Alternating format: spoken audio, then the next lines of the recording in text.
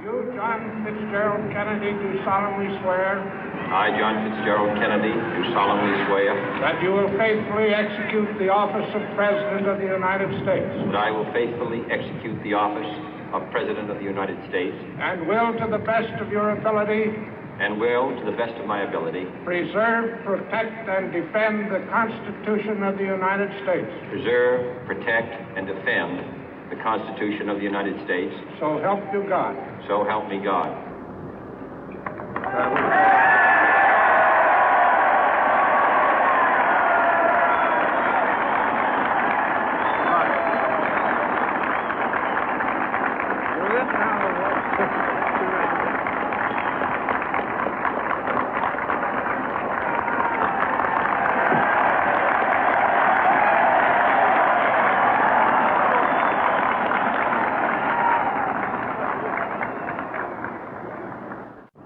Vice President Johnson, Mr. Speaker, Mr. Chief Justice, President Eisenhower, Vice President Nixon, President Truman, Reverend clergy, fellow citizens. We observe today not a victory of party, but a celebration of freedom, symbolizing an end as well as a beginning, signifying renewal as well as change. For I have sworn before you and Almighty God the same solemn oath our forebears prescribed nearly a century and 3/4 ago. The world is very different now, for man holds in his mortal hands the power to abolish all forms of human poverty and all forms of human life. And yet the same revolutionary beliefs for which our forebears fought are still at issue around the globe.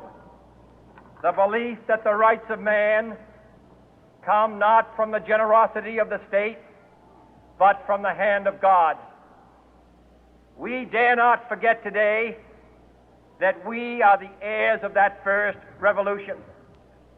Let the word go forth from this time and place to friend and foe alike that the torch has been passed to a new generation of Americans born in this century, tempered by war, disciplined by a hard and bitter peace, proud of our ancient heritage, and unwilling to witness or permit the slow undoing of those human rights to which this nation has always been committed and to which we are committed today at home and around the world.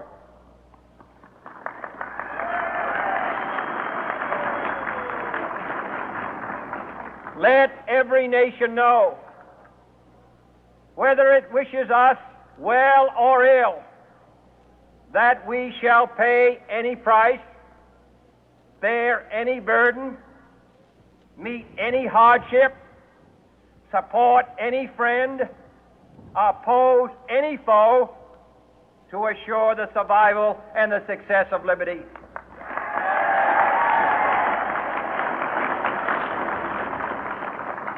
This much we pledge and more. To those old allies whose cultural and spiritual origins we share, we pledge the loyalty of faithful friends. United, there is little we cannot do in a host of cooperative ventures. Divided, there is little we can do, for we dare not meet a powerful challenge at odds and split asunder. To those new states whom we welcome to the ranks of the free, we pledge our word that one form of colonial control shall not have passed away, merely to be replaced by a far more iron tyranny. We shall not always expect to find them supporting our view, but we shall always hope to find them strongly supporting their own freedom, and to remember that in the past, those who foolishly sought power by riding the back of the tiger ended up inside.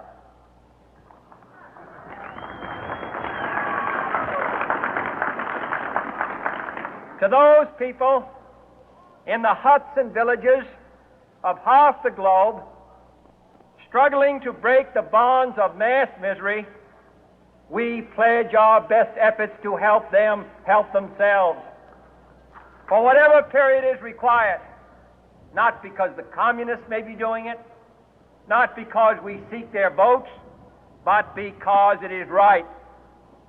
If a free society cannot help the many who are poor, it cannot save the few who are rich.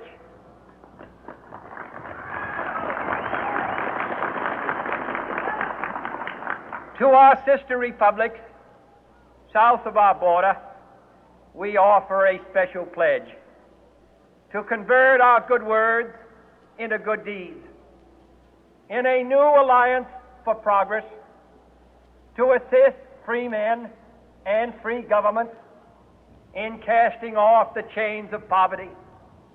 But this peaceful revolution of hope cannot become the prey of hostile powers.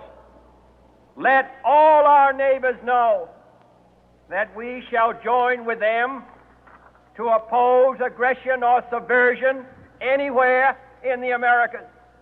And let every other power know that this hemisphere intends to remain the master of its own house.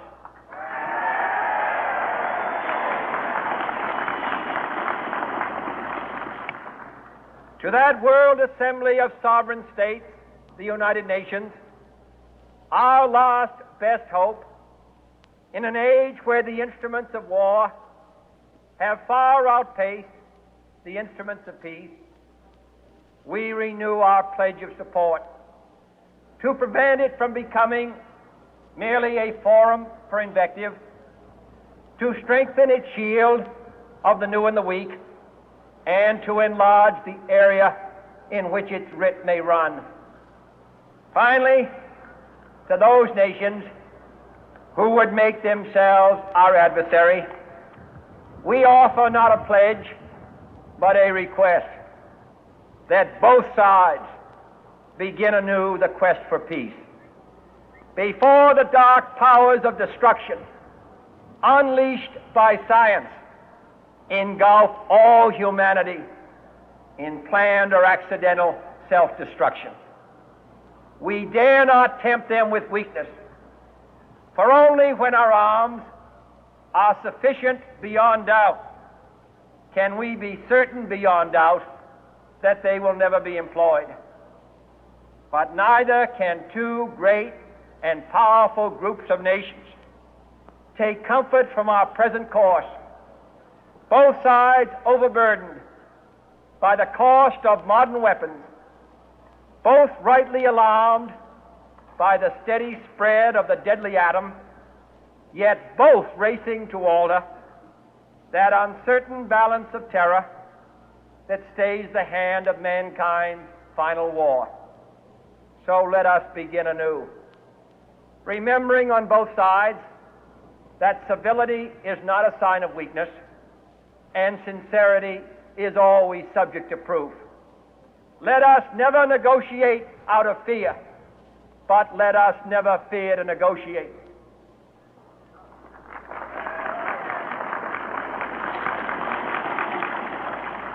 Let both sides explore what problems unite us, instead of belaboring those problems which divide us. Let both sides, for the first time, formulate serious and precise proposals for the inspection and control of arms, and bring the absolute power to destroy other nations under the absolute control of all nations.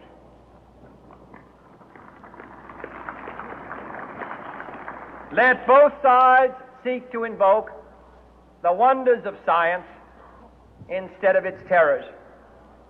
Together, let us explore the stars, conquer the deserts, eradicate disease, tap the ocean depth, and encourage the arts and commerce. Let both sides unite to heed in all corners of the earth the command of Isaiah to undo the heavy burden and let the oppressed go free. And if a beachhead of cooperation may push back the jungle of suspicion, let both sides join in creating a new endeavor, not a new balance of power, but a new world of law, where the strong are just and the weak secure and the peace preserved. All this will not be finished